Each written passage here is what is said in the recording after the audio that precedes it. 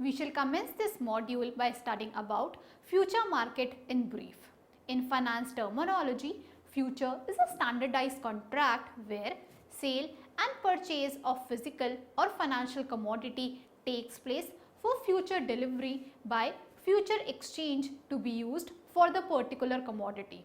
Future contracts were developed in the year 1865 by Chicago Board of Trade. The market where future contracts take place is called future market.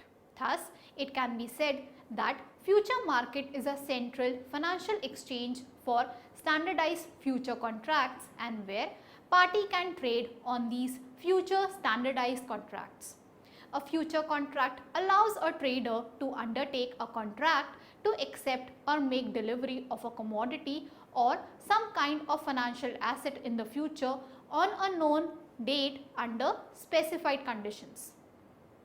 There are two types of institutions which are involved in future contract trading. These institutions are: first, exchanges.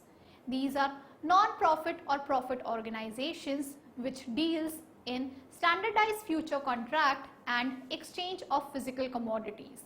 Foreign currency and financial products take place through these exchanges. Second, clearing houses. This is an agency which deals in various exchange procedures and also helps in settling various trade transactions and also help in regulating delivery of goods. This agency guarantees that all future contracts will be fulfilled and all the parties are under obligations to fulfill all the future contracts. Centralized exchanges help in risk reduction, so the buyers and sellers are not much worried about risk reduction, but they focus their attention on price movements. Thus, future contract allows the trader of goods to make delivery of the commodity or any financial instrument in future on a known date under specific terms and conditions and for a price agreed on the day of contract. There is various type of future contracts which are being traded in the future market. These are depicted in the following diagram. Figure 1, types of future contracts. Thus, it can be said that all these future contracts are standardized instruments and they specify the delivery of a specific quantity of a specific commodity on a specific date which fulfills all the requirements of quality standards.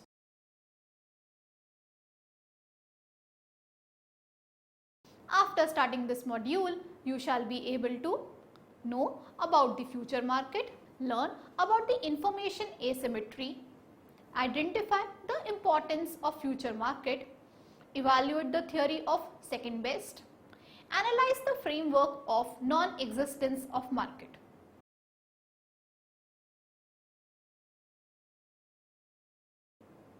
Now, we shall understand about the meaning and role of future markets. Future market is a centralized financial exchange for trading on standardized future contracts, and this a contract which deals in buying of specific quantity of commodities or financial asset at specified price and specified date and time in the near future. According to the new Palgrave Dictionary of Economics, Newbery 2008, future market provides partial income risk insurance to producers whose output is risky, but serves a very effective insurance to stockholders at a very low cost. Future market is highly active and occupies a central position in the global market. It also serves as a good source in providing vital market information to various interested parties and also acts as a price indicator for the market. Thus, future market helps in price discovery. Future markets act as an important economic tool in determination of prices based on today and tomorrow's supply and demand in the near future. Various factors like weather, war, debt all have major effect on the supply and demand of the commodity, which ultimately affects the future prices of the commodity. Impact on prices due to change on demand and supply pattern is also known as price discovery. Thus, future collects all the information about demand and supply pattern and present all the information to various traders in a very transparent manner. It can be said that future market helps in price discovery. Future markets also provides a place for people to reduce risk because when purchases are being made by traders, the prices are being preset in advance, which helps the traders that how much they will buy and sell in the near future. Thus, future market also helps in risk reduction. Future market also helps businesses in protecting against price fluctuations and also provides protective cover to buyers from future increase in prices and to seller from future price fall.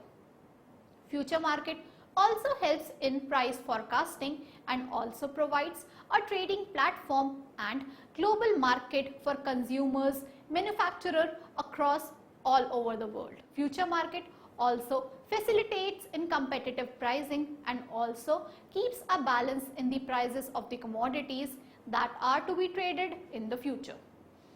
Thus, it can be concluded that future market helps in price discovery, risk reduction and price stability in the market. Future market also helps in meeting the needs of the following three groups of users.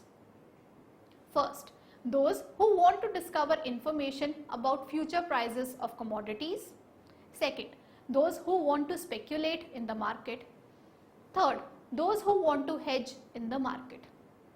Thus, it can be concluded that the main social function of future market is price discovery, hedging and to maintain price stability in the market.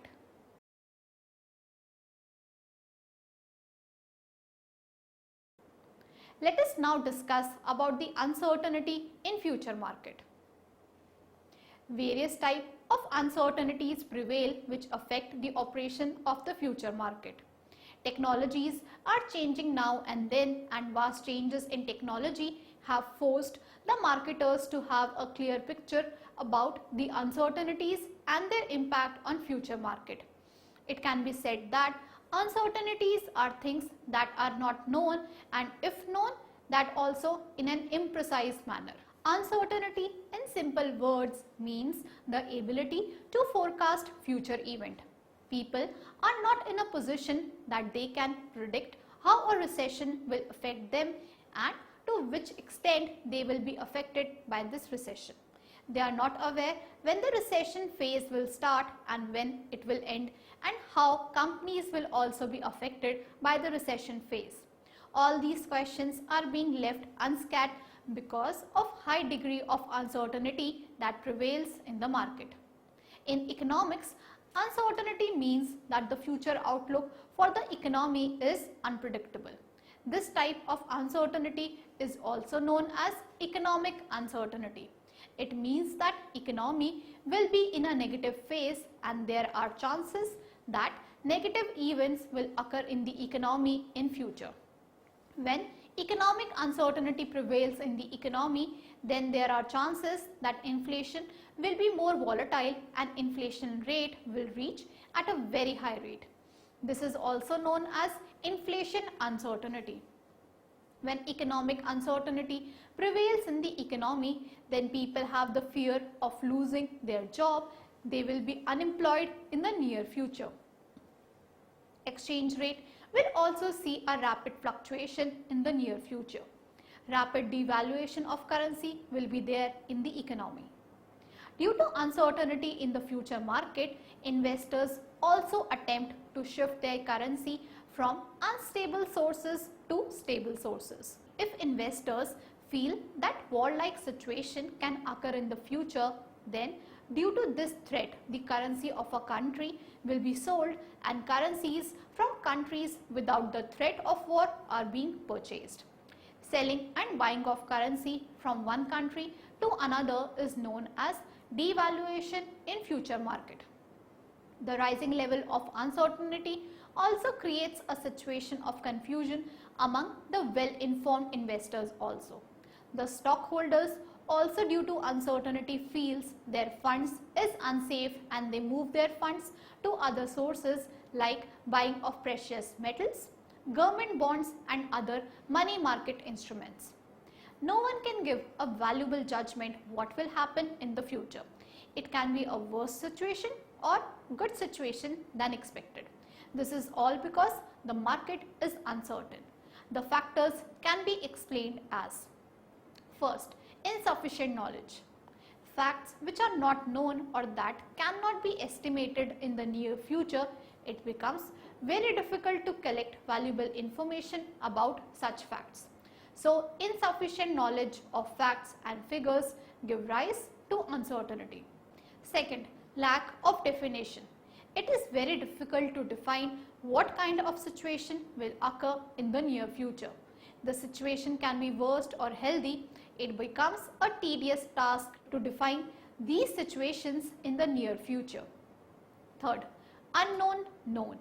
This statement means that things that is known are not known. For example, budget, change in technology fall in this category.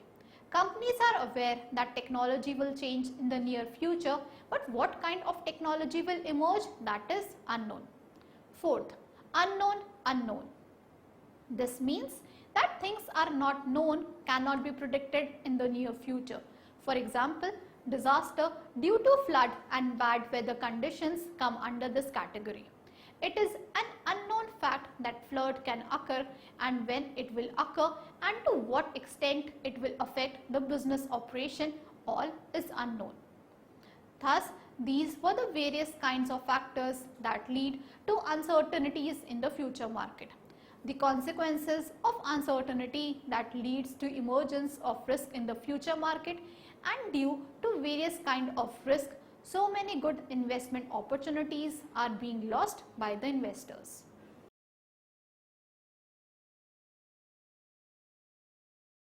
Moving on further, let us now study about information asymmetry.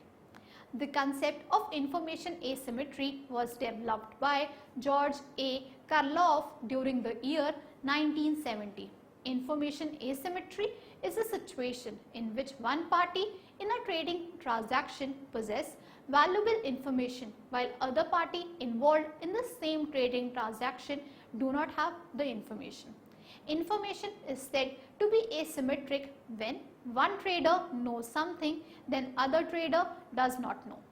Information asymmetry affects traders' behavior in many economic situations. For example, a company knows better about the benefits of the business project and the rewards that can be earned from this business project than a bank that is providing finance for the business project. The owner of credit card knows very well about his repayment capacity, the bank who is issuing the card to the holder. A seller of a used computer knows better than the buyer of this computer.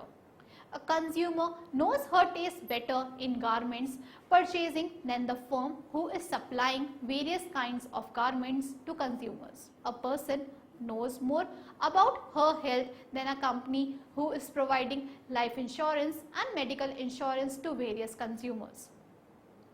A person is more familiar about his driving habits than a company providing the facility of auto insurance.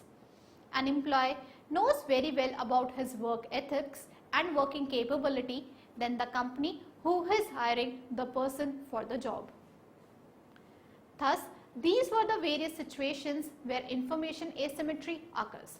It also has two effects on economic behavior, that is adverse selection and moral hazard. Adverse selection is being used in economics, insurance and risk management. Adverse selection is a situation where sellers have information that buyers don't have about some aspect of product quality. The situation of adverse selection arises when a better informed trader uses his various knowledge and skills before signing the agreement with the trader having less information. The concept of adverse selection can be explained with the help of following examples. A seller of used computer will accept a lower price of his computer only when he knows that the computer is in a bad condition and is of poor quality. A person will buy extra life insurance policies when he knows that his life will deteriorate fast.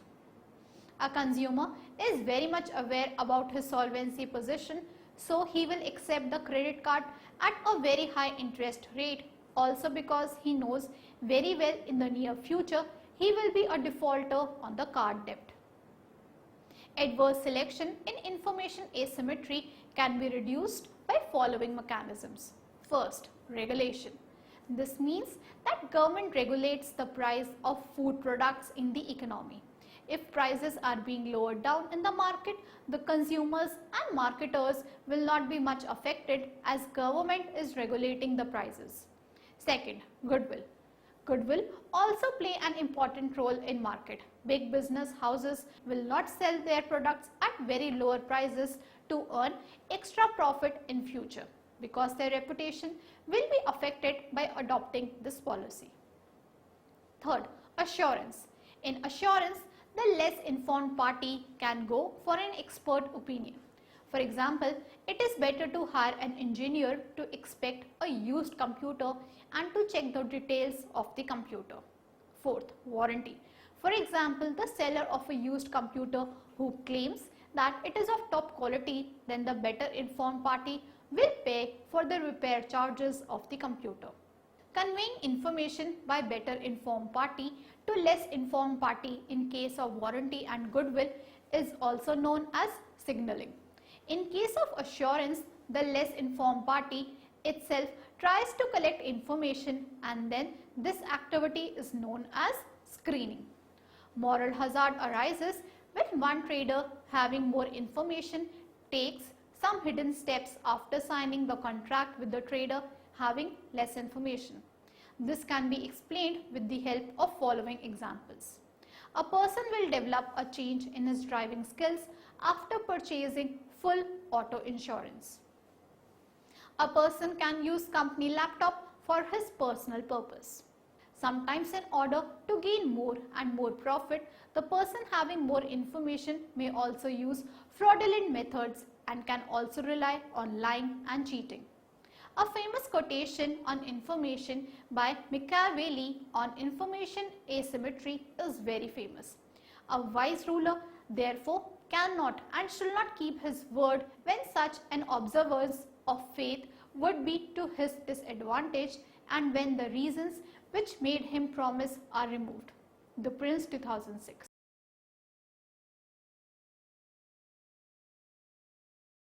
Next, moving on to the theory of second best.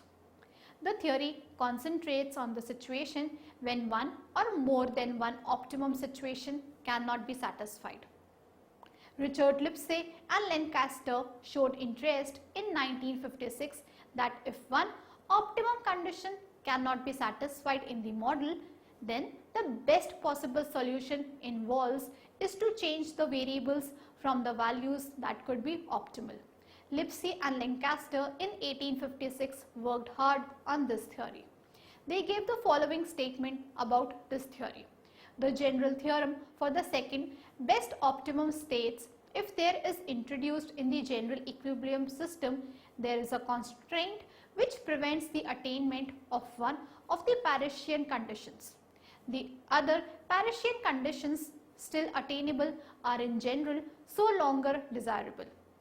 The primary focus of this theory is on what happens when the optimum conditions are not satisfied in an economic model. I repeat, Lipsey and Lancaster also gave the argument that theory of second best shows the futility of piecemeal welfare economics to apply rules for a Pareto optimum to only one sector of an economy may move the economy away from second best situation. For example, an economy consists of a private monopoly, which is a set of competitive firms and publicly owned firms which will be deciding how to price the goods in public interest, and if the firm behaves in a competitive manner, then it will produce more output compared to monopolized goods. Then What is required by Pareto and various policy makers give their views that some conditions are worse and some conditions are better, and no policy by public owned firms can achieve Pareto optimum situation because due to the presence of monopoly form of market in the economy.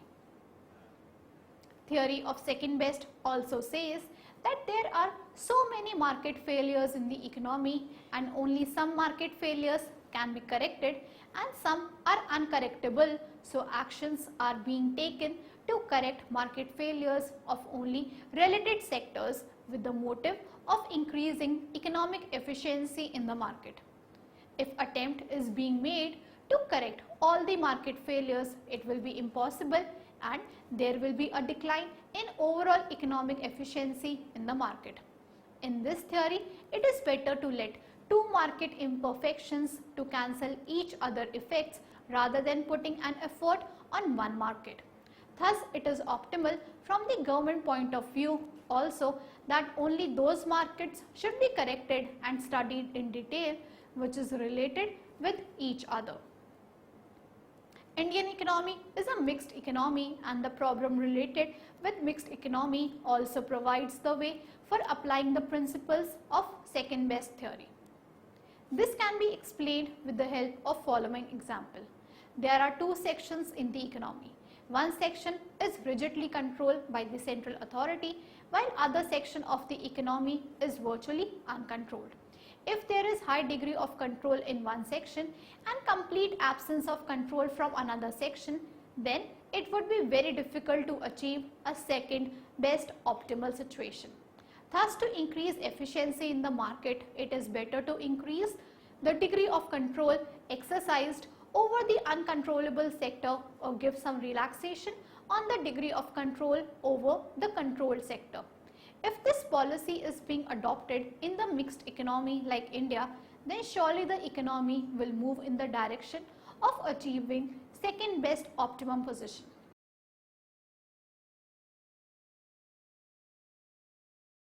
Let us now summarize what we have learned so far. Future is a standardized contract where sale and purchase of physical or financial commodities takes place. A market where future contract takes place is called future market. Future market is a central financial exchange for standardized future contracts. Future market occupies a central position in global market. Future market meets the needs of three groups of users. Uncertainty is the ability to forecast future event. Due to uncertainty, investors shift their currency from unstable sources to stable sources. The concept of information asymmetry was developed in the year 1970. Information is said to be asymmetric when one agent knows better than the other agent. Information asymmetry affects economy in two ways: adverse selection and moral hazard. Theory of second best concentrates on the situation when one or more than one optimum situation cannot be satisfied. The general theorem for the second best optimum states, if there is introduced in the general equilibrium system, there is a constraint which prevents the attainment of one of the Paretian conditions. The other Paretian conditions still attainable are in general so longer desirable. Lipset and Lancaster gave the argument that the theory of second best is only fruitful in welfare economics only, and the rules of this theory are being applied in welfare economics only. Thank you.